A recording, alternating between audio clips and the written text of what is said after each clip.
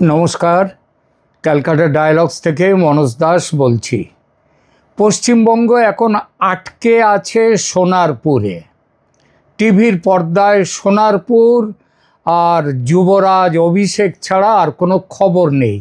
ঝাঁটা, জুতো আর ডিম ছাড়া অন্য কোনো বিষয় নেই। হেলমেট পরা অভিষেক তার মাথা বাঁচাতে তুমুল চেষ্টা করছেন। সাদা পোশাকের পুলিশ আর অভিষেকের নিজস্ব বাউন্সাররা নেতাকে বাঁচাতে নিজেদের বুকে পিঠে ডিম জুতো খাচ্ছে। এই দেখতে দেখতে একবারে হেজিয়ে গেছি সেই দুপুর থেকে। প্রথমে ভাবছিলাম এই বিষয় নিয়ে সোনারপুরে অভিষেক নিয়ে একটা এপিসোড করব। এত মারধর হচ্ছে, এত হল্লা শোরগোল। তারপর দেখলাম টিভি জুড়ে, ইউটিউব জুড়ে চারদিকে শুধু সোনারপুর আর সোনারপুর, অভিষেক আর অভিষেক। এখানে আমি নতুন কি দেব? ওই একটাই তো ছবি, সব মারছে। সুতরাং সিদ্ধান্ত নিলাম কিচ্ছুটি করব না। তবু মজা দেখতে কার না ভালো লাগে বলুন? কার না ভালো লাগে? বিশেষ করে যুবরাজ তথা সেনাপতি তথা সেকেন্ড ইন কমান্ড তথা প্রিয় ভাইপো এমনভাবে পাবলিকের হাতে নাস্তানাবুদ হচ্ছে, এমন দৃশ্য কোনো দিন চর্মচক্ষে দেখতে পাবো এটা স্বপ্নেও ভাবিনি। তো সেই দৃশ্য দেখতে দেখতে যতই ক্লান্ত হয়ে যাই না কেন, টিভি ছেড়ে উঠতেও মন চায়নি। তাই দেখছিলাম, বসে বসে দেখছিলাম আর ভাবছিলাম একটা কথাটা হলো, নিয়ম আছে আমাদের দেশে নয়, পশ্চিমের দেশে ডিম আর টমেটো ছুঁড়ে মারার অভ্যর্থনায়, বিশেষ রকমের অভ্যর্থনা যখন হয়, পচা ডিম পচা টমেটো ছুঁড়ে মারার একটা সিস্টেম আছে ওদিকে। তো পচা ডিম ছোড়া যারে দেখতে নারী তারে ডিম ছুঁড়ে মারার কালচার, এটা তো আমাদের দেশে এতদিন ছিল না। না থাকার কারণটা সহজবোধ্য। ভারতের সাধারণ মানুষের ঘরে ডিম বড় একটা পচে যাওয়ার সুযোগ পায় না, তার আগে ওই ঘরের লোকের পেটে চলে যায়। বিদেশে নাকি খাওয়ার জন্য ভালো ডিম যেমন বিক্রি হয়, তেমন অভ্যর্থনা জানাবার জন্য পচা ডিমও নাকি বিক্রি হয়।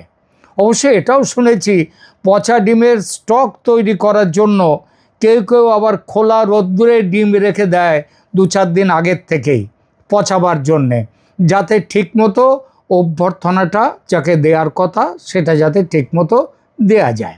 কিন্তু সোনারপুরে তো সেটা হওয়ার কথা নয়। এখানে তো পশ্চিমবাংলার, এমনকি খুব বড় লোকের জায়গাও নয়, সাধারণ গরিব লোক, মধ্যবিত্ত খেটে খাওয়া মানুষের ভিড়। এখানে পচা ডিম তো ছোড়া হয়নি, পচা ডিম ছোড়া হতে পারে না, কারণ পচা ডিম তো পাওয়া যায় না। সুতরাং যেটা ছোড়া হয়েছে সেটা ভালো ডিম।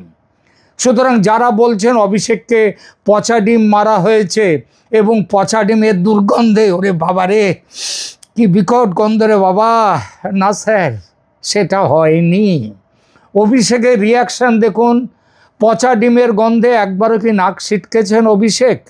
কিন্তু আমরা তো দেখেছি তার ওই মাথায় হেলমেটে এসে ডিম ফটাস করে লাগলো, ফেটে গেল, কিন্তু তাতে গন্ধে যেমন চমকে ওঠার, নাক ছিটকানো, সেটা কিন্তু এক নজরে আসেনি। আমার নজরে তো পড়েইনি।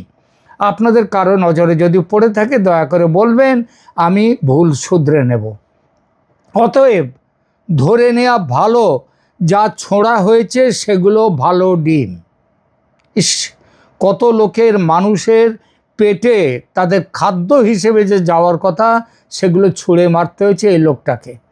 হ্যাঁ, স্থানীয় একজন আছে কার্তিক বলে, কার্তিক নস্কর আমার পরিচিত, তাকে ফোন লাগালাম। ফোনে পাবো ভাবিনি, কারণ যা চলছে, কিন্তু কপাল ভালো পেয়ে গেলাম। বললাম, কোথায় আছো কার্তিক? জিজ্ঞেস করার দরকার ছিল না, কারণ শোরগোল যা হচ্ছিল সেটা আসছিল ফোনের মধ্যে। খুব উত্তেজিত গলায় কার্তিক জবাব দিল, এই তো ইয়ের বাচ্চাটার, কিসের বাচ্চা আমি বললাম না, ইয়ের বাচ্চাটা রিসেপশনে আছি, ডিম মেরেছ? আমি বললাম, এমন সুযোগ কাকু না মেরে থাকা যায়? কটা ডিম মারলে? কার্তিক একটুখানি ভাবলো, ভেবে বলল, বেশি আর মারলাম কি করে কাকু, এ যে আসবে সেটা তো আগে জানতাম না, তাছাড়া মাসের শেষ, পকেটও ফাঁকা, ঘরে 4টে ডিম ছিল, ভেবেছিলাম রাত্রে 2টো আমরা, আর বাচ্চাটা একটা খাবে, সকালে বাচ্চাটার জন্য একটা, এই সুতরাং সেইটা আর করা হয়নি। 4টে ডিম ছিল, বাচ্চাটার জন্য 2টো রেখেছি, আর দুটো না, একটা রেখেছি বাচ্চাটার জন্য, আর 3টে ছুঁড়ে মেরেছি, তার মানে 21 টাকা লস, তাই তো? আর সুমনা তোমার বউ, সে কি ছুড়লো? সে কি টমেটো? বলে না, টমেটো বললাম না, আগের থেকে জানি না, পচা টমেটো বাজারের পাশে অনেক পড়ে থাকে, কিন্তু সেটা তো আর নিয়ে আসতে পারিনি, আগে জানতাম না। তা বউ সুমনা ঝাঁটা নিয়ে গিয়েছিল, তবে নতুন ঝাঁটা ছুঁড়ে মারেনি, পায়ে হাওয়াই চটি ছিল সেটা মেরেছে। সে কি হাওয়াই চটি মেরে দিল? তার মানে খালি পা? বললে হ্যাঁ দাদা, খালি পা। তা পুরনো হাওয়াই? তা সেটা পুরনোও যদি হয় তো 20 টাকা দাম হবে নির্ঘাত, যত পুরনোই হোক। তার মানে তোমাদের স্বামী স্ত্রীর মিলে তোমার 20 টাকা লস, তো সমানার 20 টাকা লস, মোট 40 টাকা। তো কত লোক ছিলে তোমরা রিসেপশানে যুবরাজের? বলো তা কাকু 1000-এর কম নয়, অর্থাৎ 20,000 টাকার ডিম আর 20,000 টাকার জুতো ঝাঁটা, মোট 40,000 বেরিয়ে গেল। ফোনটা কেটে গেল ঠিক তক্ষুনি। আর আমি আবার হিসেব করতে বসলাম। অভিষেক বন্দ্যোপাধ্যায় তখন নিহত কর্মী সঞ্জু কর্মকার না কি যেন নাম, তার বাড়িতে ঢুকে গেছে, তার বাবা মার সঙ্গে কথা বলছে, টিভিতে দেখাচ্ছে সেই ছবি, গরমে কষ্ট হচ্ছে বেচারার, আহারে, রুমালে চোখ মুছছে, বারবার জল খাচ্ছে, ওই বিসলেরি মানে জলের বোতল। আমার ফোন আবার ঠিক তখনই বাজলো, কার্তিক আবার ফোন করেছে, উত্তেজিত গলায় বলল, ফোনটা কেটে গিয়েছিল কাকু। আমি বললাম, যুবরাজ তো এখন আর ফোন দিয়ে কি হবে, যুবরাজ তো এখন ওই সঞ্জু নাকি ওদের বাড়ি গেছে দেখছি, রাস্তায় তো নেই। তা শোনো, একটা কথা বলো দেখি, ওই ছেলেটা মরল কীভাবে? মানে যুবরাজ যখন গেছে তখন তো শহীদ হয়েছে নিশ্চয়ই, তা কীভাবে সে হলো শহীদ, একটু ডিটেলস দাও দেখি। সঞ্জু, মানে সঞ্জু নয়, আমাদের কার্তিক, কার্তিক একেবারে যেন খেপে গেল, শহীদ না মাথা, টিএমসি হেরেছে বলে কদিন খুব মন খারাপ ছিল, বোঝেনি তো, ইনকাম বন্ধ হয়ে গেল, বিজেপিতে ঢোকার খুব চেষ্টা করলো কটা দিন, সেখানেও সাকসেস হয়নি, মনের দুঃখে একটু বেশি শুনলাম, আমিও তা শুনলাম যে বেশি একটু বোতল টেনে ফেলেছিল, তারপর অ্যাক্সিডেন্ট। শোনা কথা আমার, অবশ্য এটা ঠিক বেঠিক বলতে পারবো না, ওর বাড়ি আমার বাড়ি 3টে পাড়া তফাতে। অভিষেক তখন টিভির পর্দায় গর্জন করছে, আমি ওদের সামনে দিয়ে যেতে পারতাম, কিন্তু চলে যাব না, মারবে আমাকে মারুক, মরতে ভয় পাইনে, কিন্তু এদের এভাবে ফেলে গেলে, বিনা পুলিশ পাহারায় রেখে গেলে বিজেপির গুন্ডারা এদের মেরে ফেলবে, যতক্ষণ না পুলিশ আসবে আমি এখানেই থাকব, আমি কোথাও যাব না, যতক্ষণ না পুলিশ এসে সিকিউরিটি দেয়। আমি হেসে ফেললাম, কে বলে অভিষেক গামবাট? একদম গামবাট নয়, বুদ্ধি আছে ছেলেটার। কেমন পুলিশ সিকিউরিটির ব্যাপারটা সঞ্জু না কি তার বাবা মা বউয়ের ঘাড়ে চাপিয়ে দিল, দেখলেন?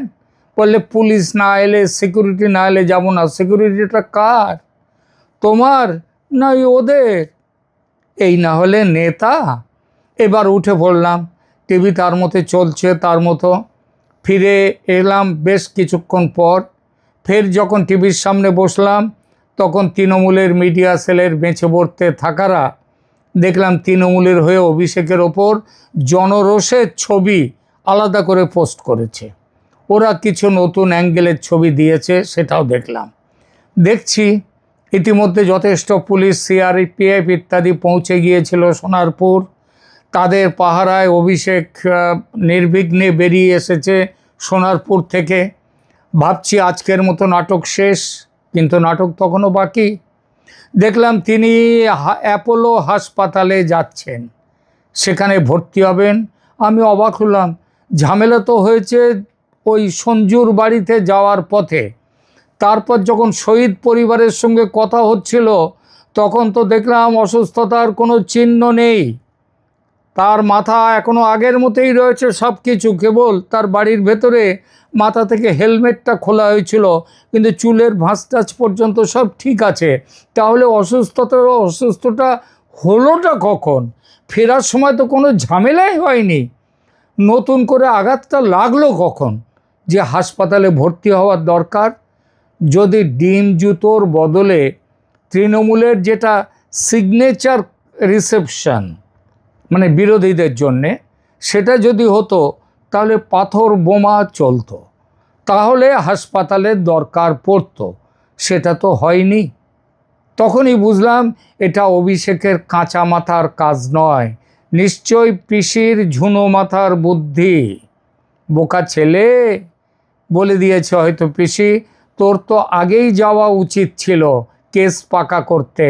পাবলিক সিম্প্যাথি কুড়োতে আহত হওয়ার চেয়ে বড় কিছু নেই রে রাজনৈতিক নেতাদের কাছে। দেখ না, আমার পায়ে কিচ্ছু হয়নি, তবু পায়ে ফলস ব্যান্ডেজ বেঁধে 21-এর পুরো ভোটটা করে দিলাম। আর তুই ডিম জুতো খেয়েও সোজা দাঁড়িয়ে থাকিস কেন?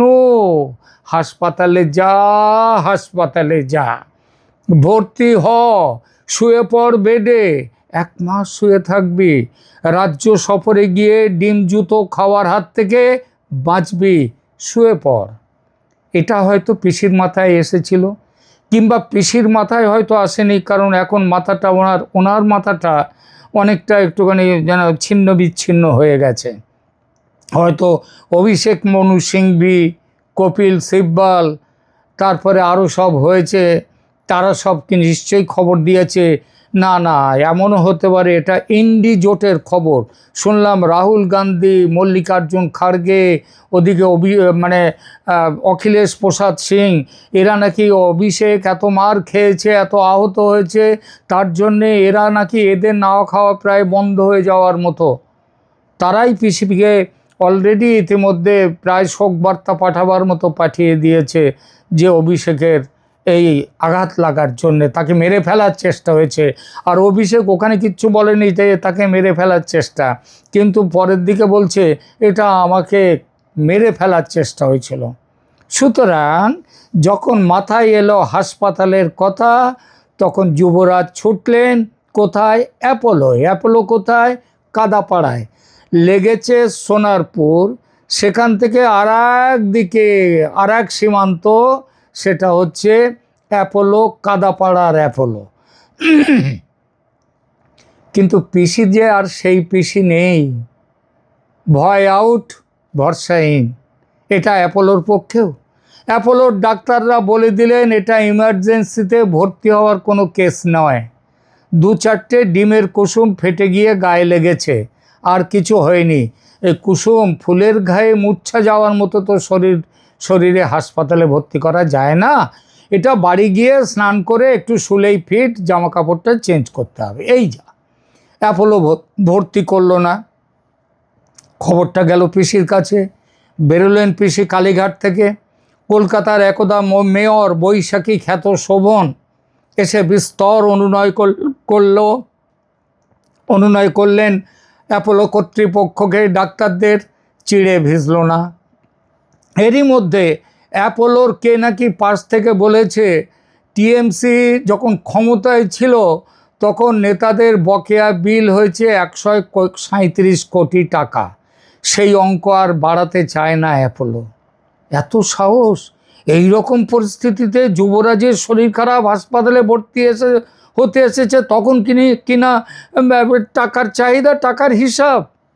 পিছিয়ে এসে গেছেন ভাইপোকে নিয়ে। এবার তিনি ছুটলেন বেলভিউ। যাওয়ার আগে অবশ্য দাঁতে দাঁত চেপে বলে গেলেন, আর কখনো ফিরবো না ভেবেছিস? আর কখনো? আরে এত সহজ নয়, একবার যদি ফিরি এবার, তাহলে তোদের হাসপাতালের বাটি চাপাচাটি করে দেব। বেরিয়ে গেলেন তিনি বেলভিউর উদ্দেশ্যে ভাইপোকে নিয়ে। বেলভিউ কি ভর্তি করে নেবে অভিষেককে? জানি না, সে খবর পাইনি। হয়তো ভর্তি করবে কিংবা করবে না, দ্যাট ডাজ নট ম্যাটার। রুগী তো মরবে না, 1 গ্রাম ওজনও কমবে না। নজরে এলো ইউটিউব চ্যানেলে এক বর্ষিয়ান সাংবাদিকের এপিসোড। তিনি যেন দুঃখে ভেঙে পড়েছেন অভিষেকের ওপরে এই আক্রমণে। অবশ্য অভিষেকের ওপরে আক্রমণের কথা তিনি বললেন না, তিনি দুঃখ কাতর মুখে বলছেন আজকের ঘটনা যেন ভয়ঙ্কর কিছু ঘটে গেছে বাংলার বুকে, বিজেপির এটা করা উচিত হয়নি ইত্যাদি। মানে তিনি ধরেই নিয়েছেন যা হয়েছে করেছে বিজেপি, এটা ওদের করা উচিত হয়নি, কারণ ক্ষমা পরম ধর্ম। তৃণমূল খারাপ বলে বিজেপি কেন খারাপ হবে, এইটা তার মূল বক্তব্য। ওরে বাবা, হয়েছেটা কি? ছুঁড়েছে তো ডিম। আর টমেটোর কথা হয়তো মাথায় ছিল না, কারণ এদিকে তো আর টমেটো ছোড়ার নিয়ম নেই, টমেটোও খাওয়ার জিনিস। তো টমেটোর বদলে জুতো মেরেছে, পাথর তো ছোড়েনি, এতেই এত কাতর। ডিম ছোড়া, জুতো ছোড়া, এগুলো গণতান্ত্রিক অধিকার। গণতান্ত্রিক অধিকার। পৃথিবীর যেসব দেশ খুব বড় বড় গণতান্ত্রিক দেশ পশ্চিমের, তারা ডিম ছুঁড়ে, পচা ডিম, পচা টমেটো ছোড়ে। এখানে তো ভালো ডিম ছুঁড়েছে, গন্ধ সহ্য করতে হয়নি। আর টমেটোর কথা হয়তো কারোর মনে ছিল না, তার বদলে জুতো ছুঁড়েছে। একজনও কেউ বলেনি যে এখানে টমেটো ছোড়া হয়েছে। সুতরাং তারা যা করেছে সোনারপুরের লোক, এটা গণতান্ত্রিক অধিকার, বেশ করেছে সোনারপুর। স্যালুট সোনারপুর। 15 বছর যা করেছে মমতা অ্যান্ড কোম্পানি আর তার ভাইপো, এই ভোটের আগে যেসব কথা বলেছে, ওই বার্নিং ঘাট তৈরি করে দেবে ইত্যাদি ইত্যাদি, তারপরে কোথায় ঝুলিয়ে মারবে অমিত শাহকে, কোথায় ইলেকশন কমিশনের জ্ঞানেশ কুমারকে কিভাবে মারবে। মমতা নিজে কি বলেছেন যে যখন ইলেকশন কমিশনের লোকজন আসবে ঝাঁটা হাতে নিয়ে বেরিয়ে আসবেন, বলেছেন নাড়ু তৈরি করে রাখতে। এই নাড়ুর মানেটাও সবাই বোঝে তিনি কি বলেছেন। সুতরাং সোনারপুরে যেটা হয়েছে তার প্রেসক্রিপশন মমতার নিজের, যাহা হইয়াছে ঠিক হইয়াছে, তবে এটা অল্প হইল, আরও কিছু প্রয়োজন রহিয়াছে, ভবিষ্যতের দিকে তাকাইয়া থাকিতে হইবে আমাদের। ধন্যবাদ।